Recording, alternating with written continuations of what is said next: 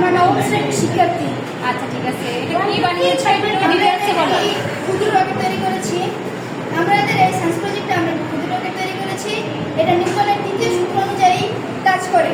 নিউটনের তৃতীয় সূত্র হচ্ছে প্রত্যেক ক্রিয়াই তার বিপরীত সমান প্রতিক্রিয়া করে থাকে। আমাদের এই রকেটটি কীভাবে কাজ করে তা হলো, আমাদের রকেটের ভিতরে কিছু গ্যাস এবং চাপ প্রয়োগ করা হয়, যার ফলে এটা নিচের দিকে চাপ প্রয়োগ করে এবং এটি উপরের দিকে উঠে যায়। আচ্ছা আচ্ছা, যার ফলে দেখি এটা রকেট লঞ্চিং বলে। ওকে, দেখান। এটাকে আমরা দেখানো। দায়িত্ব।